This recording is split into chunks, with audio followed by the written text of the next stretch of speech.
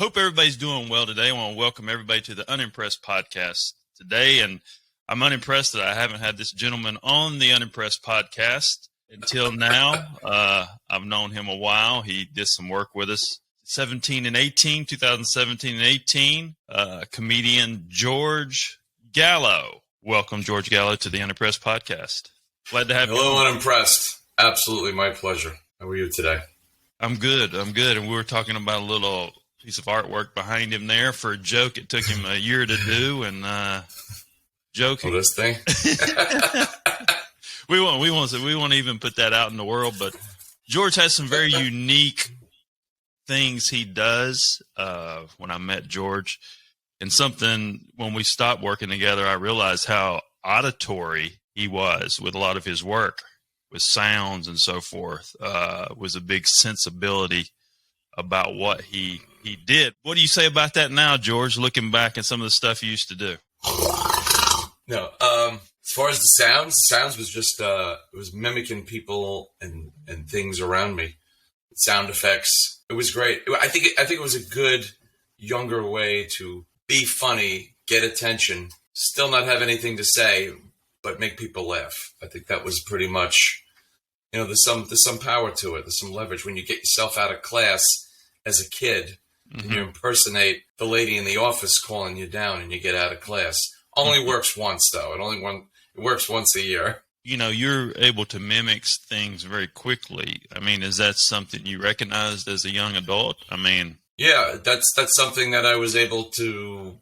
I think it was really just an effort, because I would play with my toys and I would mimic the sounds that I would think that if the TV show was doing it, that's what it was doing. And even if I couldn't do it with my mouth, I would emulate it with, like on a TV show, Space 1999, there was a sound that was always in the background. You didn't know. It was an ambient sound. So I always tried to emulate it when I was playing with my toys, and I would just rub a pencil on the corner of a desk, and it would do this, and that was the sound that was going on. So as long as I could reproduce it, when I could reproduce sound, I could actually write, because I'm creating an atmosphere. It's as weird as it sounds. Did you encompass that while you're trying to come up through the ranks and really, because if you, just what you just said there, you're trying to create an atmosphere. Did you ever pitch your jokes like that to the comedy world? Absolutely. It was like what I was about, impersonating people, odd characters. I would actually embellish on the sound effect thing, because I was so into sounds. I was trying to, and this is going back, because people bring all these current people up to me that go up on stage with like a delay pedals and stuff like that. I'm like, I was doing that already. I did that years ago with delay pedals and creating songs with delay pedals. And it wasn't exactly to time, but I would create like songs and all that. And the thing was, at a certain point, I didn't want to be known as a sound comedian or sound. So I kind of backed off of that. And then years later, I left all that whole body of material behind.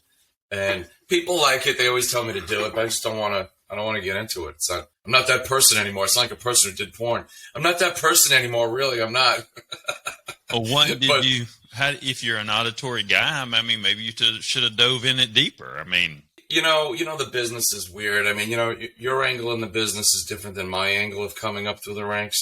So, like Joe Rogan was talking about me on the podcast, he remembers all the crazy shit that I would do, and he was talking about doing a reverse crap out of my mouth with the banana. That was early on, I was in my 20s doing that, and it's the thing that stands out in his head. Yeah, it's nuts, but at the same time, I'm like, I'm going to be 53 years old doing a reverse crap out of my mouth. Well, wouldn't mind. I can do it. I just don't want to be that whacked out uncle. You mentioned Rogan. What was your experience with Rogan coming up through the ranks?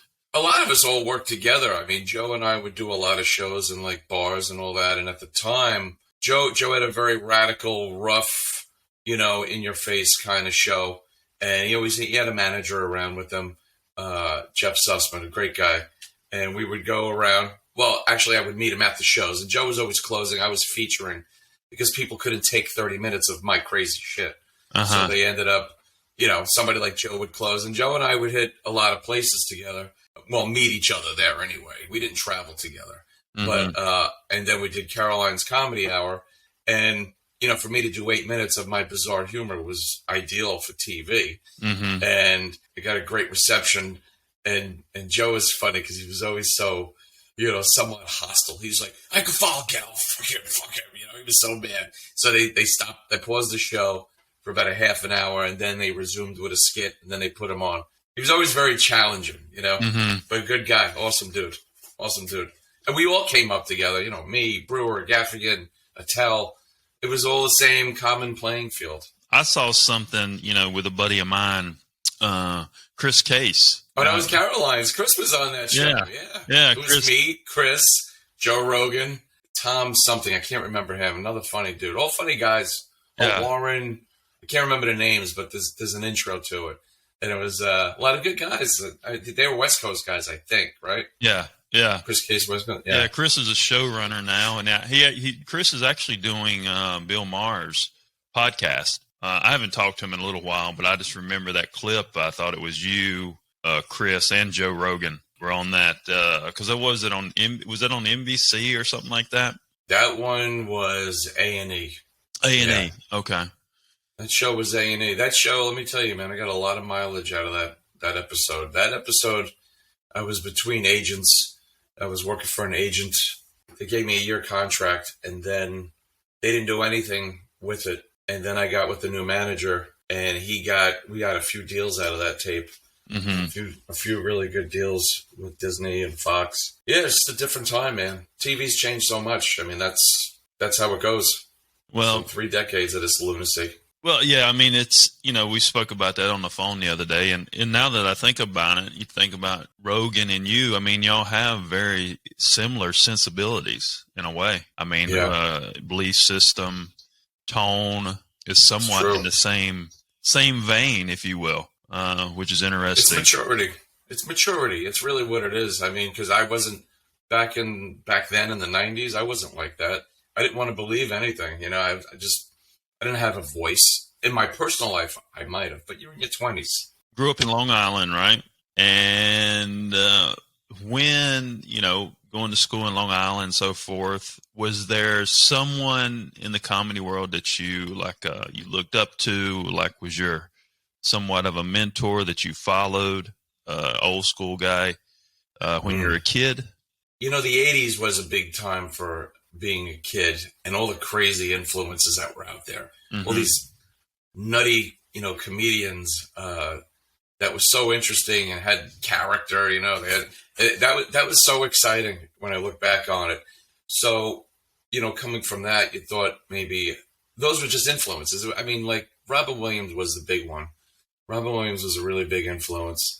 Michael Winslow from Police Academy. You never knew anything about him. You just knew there was no internet, so you couldn't find out anything about these guys, except for, Mork and Mindy and a couple other films that Robin Williams had done, which he was always, on point, always sharp, moving quick. And then you hear, through the grapevine that he, steals a lot of material and all that stuff, but you really can't, he has his own brilliant side to him. People like Joan Rivers also. Joan Rivers was an influence, in Don Rickles. That's like the other side of me. You know what I mean? There's another side that it's where I grew up, you had to insult people to survive, which is totally true. So I think that's where the Don Rickles and Joan Rivers part comes from. And for a woman, I could rest on her being funny. She's just, you look at her, you don't see a gender. You just see, she's funny. Joan Rivers was hysterical. And coming into it, sometimes my early sets, I would do some of the weird sound effect stuff, and then there would be the things where I bust on people. And busting on people would be from Joan Rivers, and she had a person that she would beat up on, and there's always some token fat chick that she would beat up on. I don't know who it was, so I picked Delta Burke in the early days, and then I'd put my own spin on it. I'd say something like, backwards hopscotch with Delta Burke, and then I'd be like, boop, boop, boop, boop, and then I'd do backwards hopscotch. Just some kind of whacked out, twisted thing. There was no, even as a young person, you didn't care about the boundaries. You said whatever you wanted to say. Yeah. Because you were a nobody, and my mom always told me, don't worry about anybody. They don't pay your bills. Only you do. Yeah. So That's why I never cared. I was just did whatever I wanted to do. But those were the two. That was the parallel influences there. Robin Williams, Michael Winslow, Don Rickles, and Joan Rivers. Well, Michael Winslow was an auditory guy. That's a name you haven't heard in a long, long time on Police Academy. And those movies were great, with his sounds and just so funny, well shot. The moments where he does like the machine gun in the police department. For effect, they threw papers up in the air and then they cut to the cop behind the counter, and he's, "Will you cut that out?" And just the tiny elements of directing always floored me because it makes a moment, and people take that for granted. Someone had to make a choice to throw the paper up in the air for extra effect and then cut. One of the greatest moments that I discovered Michael Winslow on was part of the element why I liked being weird. I enjoyed being weird because it was funny. Weird is funny. Yeah. And Cheech and Chong, I think it was next movie, Tommy Chong directed. And there's a scene in there where he's visiting social services. And Tommy Chong is there. He's waiting. And there's 3 things going on in a scene that I never see in films. And I wish I could talk to Tommy Chong again because maybe I will. I used to see him all the time at Governor's here on Long Island. And he'd just be walking around. And I wasn't really a celebrity gawker. I never cared about it. I could see someone that was on, like, I really don't care. And I should have asked him about that. But anyway, it was an influential scene where Tommy's in a social services office and he's waiting for Cheech, who's trying to get his girlfriend. And you see her behind him and Cheech in a window. And he's trying to like get it on with her in the office. And then Tommy's sitting in the middle of Michael Winslow, who's that crazy black guy, in case no one ever knows. He does all the sound effects and stuff. And he's doing all weird stuff to himself. Yeah. And then to the left is an old man laughing at a guy dozing off who's like a heroin thing. He just keeps dozing off with the cigarette. So you got these 3 things going on, and Tommy's witnessing all of it. It's one of the best things I've ever seen in a film. Like just to choreograph all of that, and then all of a sudden the cops break in. What the hell's going on here? And then it comes to a climax. But it was just awesome. That was such an and I could never remember what film it was in. And I saw it a couple of years ago. I was like, that's what I like. That type of visual, 3 things going on at once. Great stuff. What town did you grow up in? The Medford? Where'd you grow up? What town did you grow up in Long Island? I grew up in Lake Grove. Lake Grove. Yeah, Lake Grove is right next to Center Reach. That's the school I went to, Center Reach High School. Now, Italian family, Italian mother, Italian dad. When you go through and you're growing up, right, as a kid, right, and there's the normal sensibilities, and then you start realizing these other sensibilities that makes you who you are. How did your family respond to that when they started seeing like you had this talent in a way? Yeah, they would never look at it as a talent. They would just look at it like, they were like, "What? Like the there's something with him? Like there's something wrong." Yeah, there's something wrong with him. It was always George. Like that. It went on. Well, friends and family call me Sonny, so they always called me Sonny. And I would go over to my aunt's house where my 2 cousins were. And the year that we all got tape recorders was the year I discovered I was definitely different.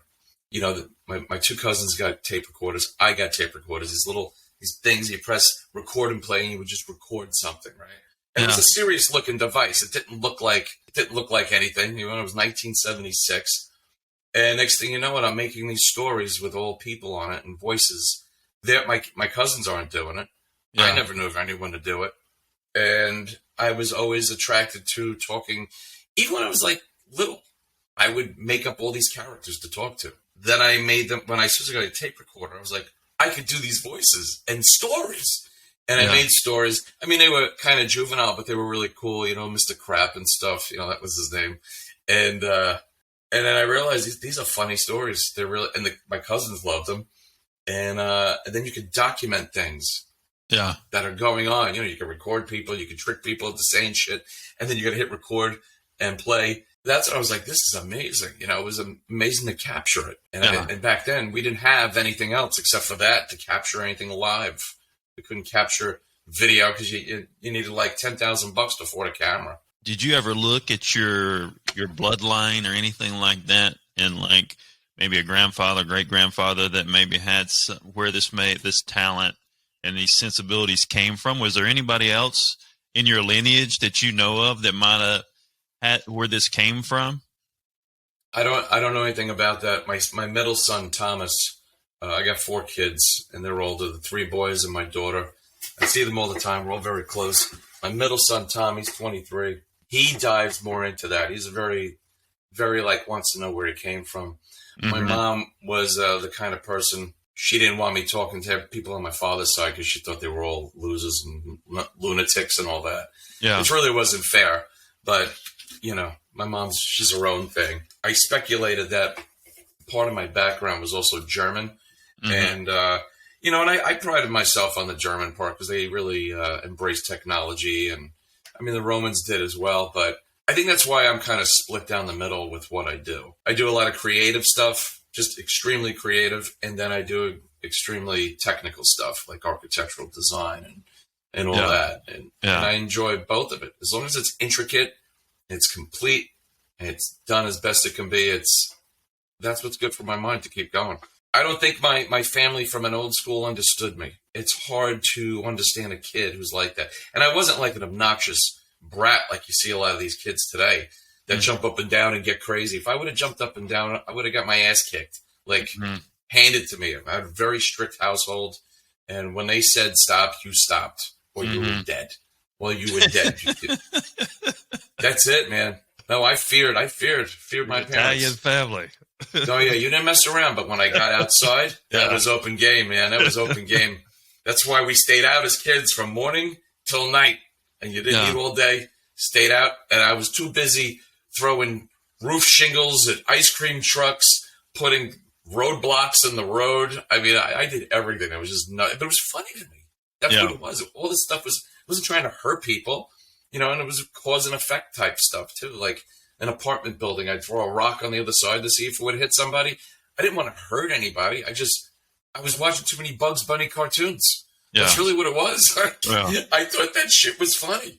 And I wanted a real life version of it. Well, in a way, I mean, from the psychology of this, and I'll talk about my experience, thinking about the psychology of this, the Western world, I think in a way, didn't realize some of these talents and people, this came from really a pure source, and I think it comes from a pure source. You probably had a strong bloodline of some very intelligent people, and obviously those percentages, when that pure source and that bloodline evolves over time, obviously those percentages go different ways. And I think in a way, Western society hasn't handled things like that properly. It's almost like they've suppressed it. You know what I'm saying? Instead of maybe diving into it, right? Diving into it and seeing what the benefit is from it, Right. And that's something I realized studying human behavior. I mean, basically being on social media, I study human behavior, 12 hours a day. And if I have enough numbers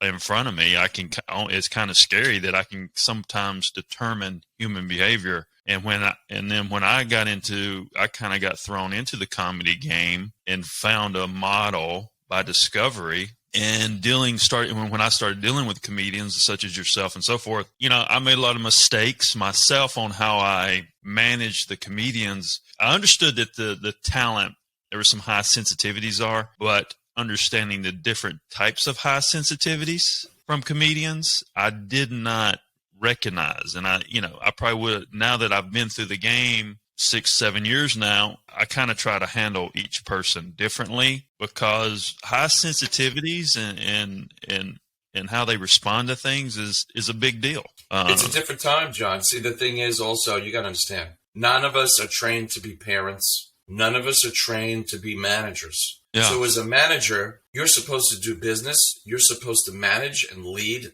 a group of people, which you did effectively well. And a lot of these people need like a father. That's what it's like. Yeah. And if you don't provide that structure and all these other starry-eyed, loosey-goosey people don't have a structure, it's going to be a problem. I mean, because they get all full of themselves. They get full of the moment. and there's no boundaries, just like children. I mean, you can realize the sensitivity of comedians, and it's hard to kind of look at them because they're all kind of silly. And I spoke to you before. That's why I'd rather straddle doing both, because being in the real world grounds me as a person. Humans need grounding, Yeah, they could have kids and stuff like that. So somebody like you who's coming into this as a manager, you know how hard it is to be a manager? Yeah. It's not easy. An effective manager, handling the talent and then handling their direction and then handling, because they're going to want to do what they want to do anyway. And they don't have, a lot of them, they don't have structure-based lives. Yeah. They'll drink Coca-Cola in the morning and then wake up 2 in the afternoon. That's anti-everything. It makes no sense. So you have to corral that. So you can't blame yourself for making mistakes as a man. You got to lead your family. That in itself is leading. And then you got to come into a bunch of, a lot of the times the way we get here as comedians is through utter dysfunction. So with dysfunction, there's usually chaos. There's a lot of non-structure elements that just do whatever they want to do. And hey, look, I'm guilty of that, but I could reflect and say, hey, I changed. Somebody like you's got to run a show, not just a show, but a massive show. Not a little show with 30 people in a room. You're talking 5,000 people. And then you got to get this thing, a lot to coordinate. And you're an old school guy in a lot of ways. So it's either your way or, hey, look, these are the parameters. And that's where being, a man or a woman, especially our age, okay, we got the rules. That's it. We get it. But inside the grumblings of the comedians, a pack of comedians, there's always some kind of mischief, silliness, gossip, nonsense, whatever. You got that element on top of it. So now you're managing all these people, coexisting, co-working, collaborating together. It's you can only do the best you could do. That's it. Yeah. As a manager, it's like being a father. You blame yourself for a lot of shit. Next thing you know it, they're like, hey, Dad, how's it going? You know what I mean? It's just, it is what it is. It's hard to believe. I think we've done I've done over 500 shows in 6 years. It's a lot of shows. Absolutely. And you look back. And the capacity of that is incredible, dude. It really is. Yeah. It's real entertainment. Yeah. We did, remember we did that Texas run with you. We did Houston, we did Dallas, and we did San Antonio. Yeah, San Antonio. And we did 2 pretty big theaters then. That one in Dallas was sold out. What was that theater there? I think Houdini had been on the stage, and we were very fortunate to do what we did, I think. Very, very fortunate. Big time. It was a beautiful thing. Any comedian would. Look, I know your guys, they've been doing it a few years or whatever, but when you're doing it 30 years and then you walk into a place like that, you're grateful. You kiss the floor. Yeah. You go, wow. You know what I mean? Yeah. Because look, I got no reason to blow smoke up your rear end, but I'll tell you right now, what you put together, I don't think people realize it. When you back up from it, if someone saw what I saw, that whole thing, for all those venues, for the people screaming like it was the Beatles, I swear, there's nothing like it out there, dude. You don't see that kind of fanfare at a lot of shows. I'm not gonna name names, but they're well-known names. I could see why you would be like, holy cow, this is crazy. And I think industry too, if there's a way, if you establish a tone, right? And you can continue to regenerate that tone, right? The tone is always going to work, but it's sometimes industry will lose interest. You know what I'm saying? They lose interest. They drop their interest because they didn't, it's not doing the same thing or whatever. But when you recycle the tone and recycle the fans, it still does the same thing. That's one thing I learned in social media is even though, you may lose fans, right? You're losing fans on they may not like this and may not like this. If you continue to step and repeat, right? Even though you're peeling off people that may get upset or whatever that are fans, and you're step and repeat that same tone, that tone will work again and again and again. And I think a lot of people need to take notice of that with their careers, because I think sometimes, financially or family circumstance, living circumstances throw people off that track, right? Oh, sure. Throw people off that track. And They're like, well, it didn't work. It didn't do this. Well, you just got distracted. I think you got distracted, but I think 100%. If you have a tone that works, I think that tone will always work. And that's something I've realized as well. And I don't think a lot of people in the industry realize that either. All right. Well, John, the way you talk is very scientific, and I'm not trying to knock it at all. It's scientific. The analysis is scientific. There is a science behind it. That's black and white. That's it. It's pure observation. People that would know what you're doing. It's a social study, and it's also a cycle study in a business. In a platform. Well, even a platform like a social media like Facebook. So again, there's layers to what you're doing, and your conversation you're having with me. I get it. I understand it because my mind works that way. Trying to talk to people like this, I'm going to tell you straight up, people are dumb today because they're fed so much information that they know that they can seek it and they can get fed. It's like having fast food, open till midnight. They can go anywhere and be fed and they don't relish it. So, anybody could stop at a Taco Bell, eat at midnight and be like, that was a great, whatever I had, burrito, blah, blah, but they don't remember. They can be fed information unless they're starving for that information. And it's critical. People aren't going to give a shit. And you know what you know. And that's like something that could sit in a book, and then somebody years down the road will go, oh, wow, I finally get it. You're 100% right. I've been doing this 30 years, and people can say, oh, you can't still enjoy it after 30 years. I'm sure I can, because I'm a different person. The entire business has changed, evidently. Yeah. The people in it, the people have changed. There's a new set of eyes. There's a new generation of kids that go, oh, I'm no longer a contemporary with 25-year-olds or 35-year-olds. I'm now with the 50, and now the kids that are younger than me enjoy me like I'm some crazy father or uncle. And people my age enjoy. So there's things that you create different vantage points and different perspectives based on time. Combine that with some of your elements that you're talking about, you've got, an interesting puzzle to put together that can totally win. And the consistent part is if everyone goes, who's 9 Inch Nails? 9 Inch Nails just keeps swimming around, and he puts out records here and there, and people love his old stuff, Trent Reznor. Next thing you know, it just comes back into the feed, and you start seeing everyone's like, this is some cool shit. Yeah, it's cool shit because you're used to seeing this terrible, Billboard top 40 of lowest common denominator junk music that's out there. People mature, they don't listen to that junk anymore. But when you have good, high-end, consistent material and delivery, people come back to that and they go, that's like a song from the 50s or the 70s. It just works. And that's what it is. And it's the maturing also of the followings out there. It's funny, we're on this topic is like last night with me and Mimi, we went to Mariana's football game. She's a cheerleader for here locally at Lucy Beckham High School. And when we were coming home, we stopped and got something to eat. And we stopped at this bar, and we were having this conversation about generations. As a society, we're so quick to create these classes like Generation X, Generation Z, whatever. And I says, why are we so quick to create this persona or this ideology with different time periods of people? And I said, when you look around the bar, everybody's doing the same shit. Everybody's doing the same thing at the bar they were doing 20 years ago that they're doing now. Everybody's doing this. And this is a weird analogy saying everybody's doing the same thing at the bar.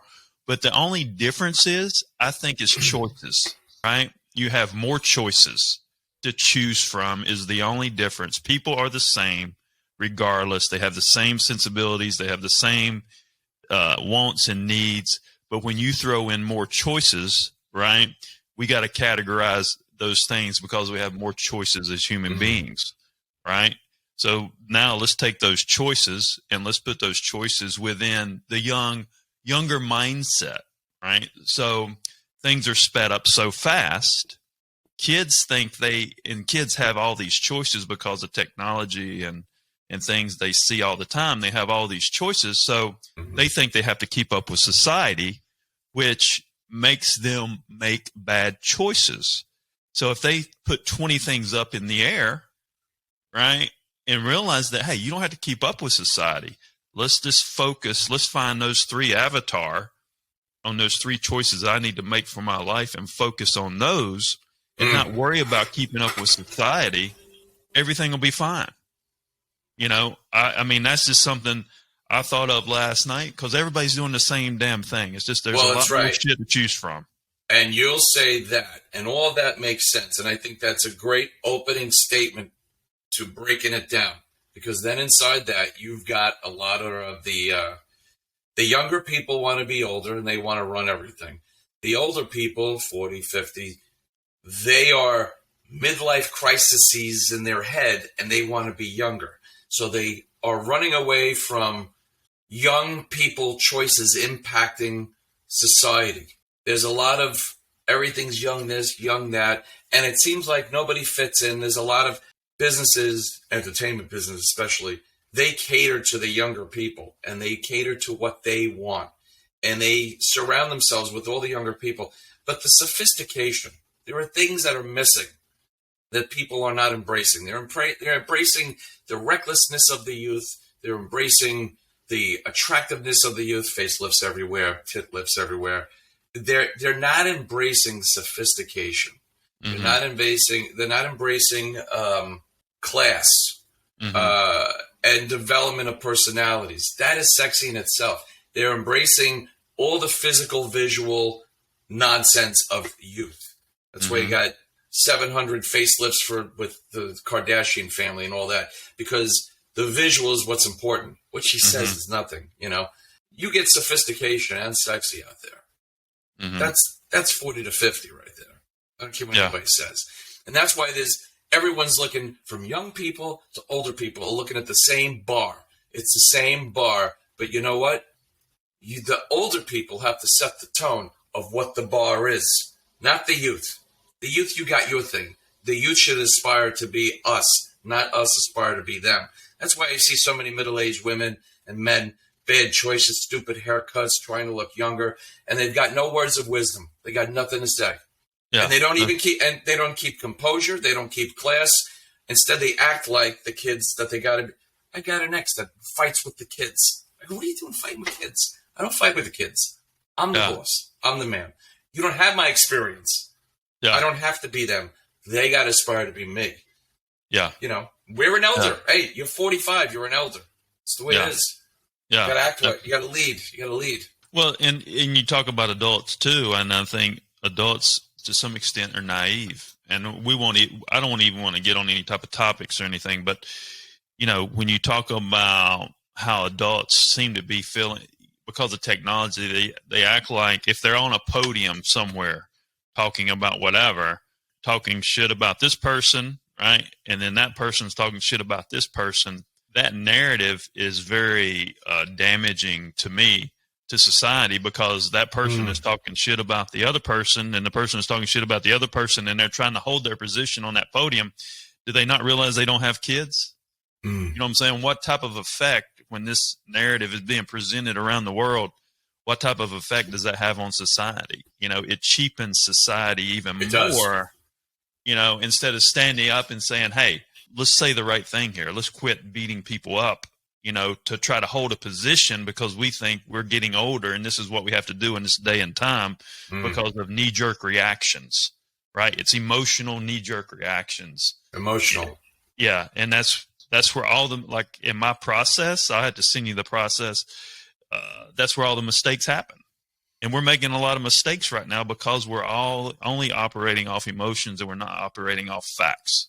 That's basically what you're saying in so many ways, you know?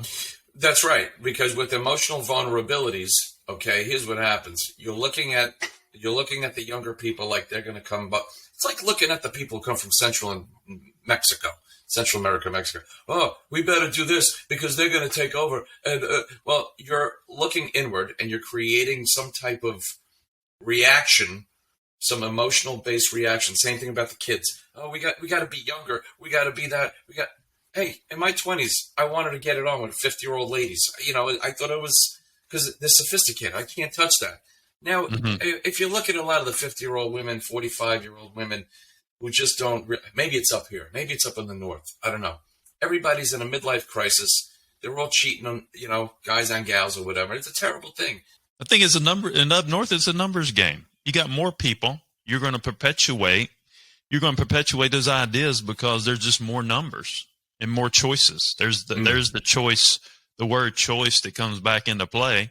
It's the illusion of choices. It's an illusion of choices because at the end of the day, Popeye's fried chicken tastes like the same other fried chicken. It's all the same thing.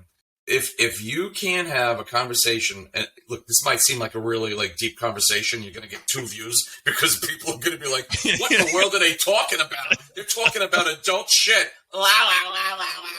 No, it's like if I can't have a conversation with a person, not like this, but with the same layers and engagement, who's out there? There's no one out there to talk to, and that's the biggest thing. I mean, my son says to me the other day, he's like, "Oh, Dad, what you want is a girl to sit by the fire with and talk with and all that stuff." I said, "It's either that or if my kids aren't, if my kids are around, I'd rather hang out with them."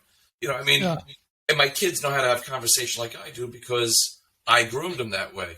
You're a guy, you're a deep dude, you're into a lot of analytics, you're constantly changing, you're constantly growing, you're managing people, you got insight. I mean, to find people like that, it's rare, man. It's rare. Yeah. And who could produce. Don't forget that. So like what I was saying before, people are so threatened by what they're not.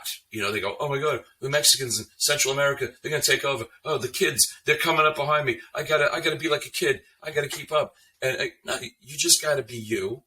You've got to be steadfast. You've got to be stable. You've got to be awesome. You constantly have to reinvent yourself. I mean, I'm doing this a long time. You're doing it a long time. You've reinvented and changed, path and direction so many times.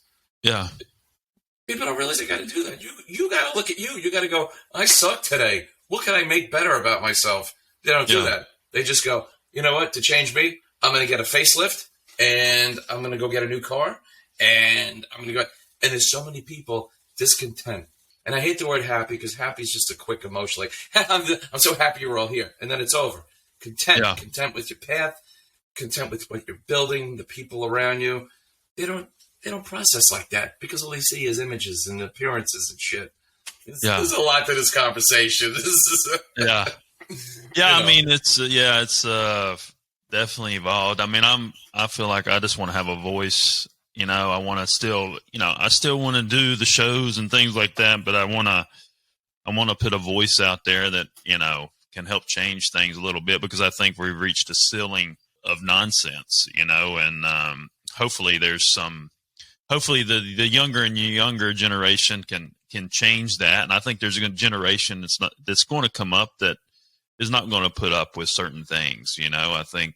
And I don't even want to use the word generation. People, I'll just say people. People need to start thinking smarter, and just thinking about what life is in some ways. And going back to the funny stuff, I mean, what are you? I mean, you talk about your tone. Your tone, I think, when you throw in the financial piece with a guy with 4 kids, I think your tone can always resonate, right? So, I mean, what are you trying to do in the future? What's going to make George happy? I'll tell you right now. I like the idea of what I'm doing. I'm doing this 30 years, and some people go, "Are you a success? Are you not a success?" And I think there's a couple of things that gauge success. Looking back, the fact that you sustained through all of that, the fact that you reinvented through all of that, the fact that you still enjoy the intricacies and that you didn't fall apart because of it and stabilize. It built all the character. Going forward, that's something to be proud of. Some people have nothing to be proud of, I look at all the great breaks I've had, and I also look at at a certain point you go, I never really was lucky. I put myself out there and I took a lot of risks. It's happened every decade, not just marginal nonsense stuff doing comedy at a pizza place, but big things have happened every decade, and I'm grateful for that. So going forward, especially after 2020, I'm very grateful that I was not working as a comedian in 2020. I just was working like 2 or 3 jobs, engineering jobs, making money, getting back on my feet, man, because I had a rough patch after, believe it or not, 08, 9, and 10. I had to file bankruptcy, and I'm still rebuilding from that. The great thing is when you got money in your pocket from working and everything, you go, that's not my number. I'm not doing that. No, that's not my number. Yeah. And you can have pride in that, like a working class man, not just a desperate comedian. There's a lot of desperation in comedy. Hate it. Yeah. I don't like it. And all the comedians know this. I talk like this. I go, dude, you're too desperate. It's sickening. You know, you can have a good act, but if you're desperate, it's just gross. So going forward, there's always something new to do, because if I'm at my best now, I mean, you know, I don't look like a young guy, but I can always do better, great things, because what comes out of here, what's coming out of here is much more processed, achieved, and it's got great experience on it. Failing experiences, winning experiences. So going forward could only be fun and exciting as long as there's money in my pocket, you know? Yeah. That, because I can't create if I'm desperate, scared, and urgent. Going forward, the more money I got in my pocket, the more I can produce and create, you know, fun, engaging shit. You know, and that's really the goal. The goal also, I mean, a lot of people probably know, I was more, you know, I had a very political leaning right audience. And even though I'm kind of a center right and I don't belong to a party, I don't want to be a part of that at all. Yeah. I never wanted to be a part of that. It just accidentally happened. Like, you know, Dorothy landing on the witch and then killed the witch, and all of a sudden all these people love her. And he's just like, what's going on here? That's the same thing that happened to me. I made a video, and that's what happened. Otherwise, I hate it all. I hate all the politics. I hate all the liars. That's why I've been leaning heavy on all the innocent, mindless stuff I used to create and produce, because that's like the life and blood of a kid. You just go out there and you do whatever. The world is your playground. So that's always the goal, is to keep the world as my playground. If entertainment and comedy and all that shit happens to come with it, then fine. That's the flow we go with. And you gotta, I want to have a smile on my face, and I want to generate that smile on other people's faces, because that's the good fellowship that you want to have. You got a little less air on that bike trick, though. What? You got a little less air on that bike trick. I haven't done a backflip in you know how many years? Like 4 years. So I used to do BMX too, so that's what he's talking about. Yeah, I saw I don't know. Did you do a recent video? I saw a recent video. I saw from one, there's a little less air now. BMX, freestyle guy in the 80s. Oh, this is a great story. And I used to compete, and I toured the country and doing all that other stuff. Usually what I do is I try and do whatever I do the best I can do it. I don't really dabble. There's no dabbling. Dabbling's a waste of time. A good friend of mine, Dave Mira, passed away a few years ago, back in 2016. And so I got some nieces up in Syracuse, New York. Niece, cousins, sisters up there. They're at Dave Mira's house. Now, Dave Mira, if you don't know who he is, he had a video game named after him. He was the top guy in BMX, skate parks, all that shit, X Games, the best. Yeah. You know, won all the years that he was in it. And then he passed in 2016. And turns out he's my nephew. And we were like friends. Turns out he's my, I go, wait a second. I go, hold on. Let me back this up. I go, all right. And then my cousin, Shauna, she laid it out for me. She goes, oh yeah, he's the, I don't know, I forgot what she said. But I go, he's my nephew. He's not even my cousin. He's my nephew. And dude, crazy. So I rode with him. I was 21. He was like 13 or 14. So this is like a 7-year split. And we never even knew it. And he used to say, funny, this Gallo's up in Syracuse too. I'm like, I just shrugged it off like, oh, okay, whatever. Never put it together. Never put it together. It's crazy. Find out after he passed away. But that's BMX. So small world. Are you doing any live shows anytime soon? This summer I did a whole bunch of shows. I just made a choice. I said, hey, let's do a summer of George. And I did a whole bunch of shows locally on Long Island. I didn't want to travel. And I was happy to say, man, like they were all at capacity. It was I got to tell you, it was just such a great summer. Besides the shows, all this wonderful stuff was going on. Seeing old friends. It really was a summer that was supposed to be meant to be a great summer. Oh, just to see all the cars outside the place. I was really happy to be doing it again. But it's not enough time to do a lot of stand-up. Like, once I'm in a groove, like when I was with you, we're doing a lot of shows, I can start writing again. You know, you get comfortable doing what you're doing. Then you start creeping out, creating new shit. And then you're just, you know, based on the experience. Once you start living it, you can do it again. You know, It's just how it is. People won't understand, but that's how it is. Well, make content. You know, we got a way to distribute it. You know? Yeah, no, totally make content. I just made fun of a mall closing the other day. I was last week. This one mall was on its last leg for years. And I just walked through it and I just started doing like a whole thing about the mall. And people are going to watch it because they go, that mall? You know, and there's all these accidental things that happen, John. You know, that just, you're like, how the hell did that happen? You know, like someone steps in it and says something funny or one of those great moments. Other than that, though, it's good to see you killing it, brother. Yeah, good to see you. We'll talk again, and I appreciate you coming on the show. And my pleasure. This has been comedian George Gallo. I'm John Edmonds Kozma, the CEO of Bang Productions.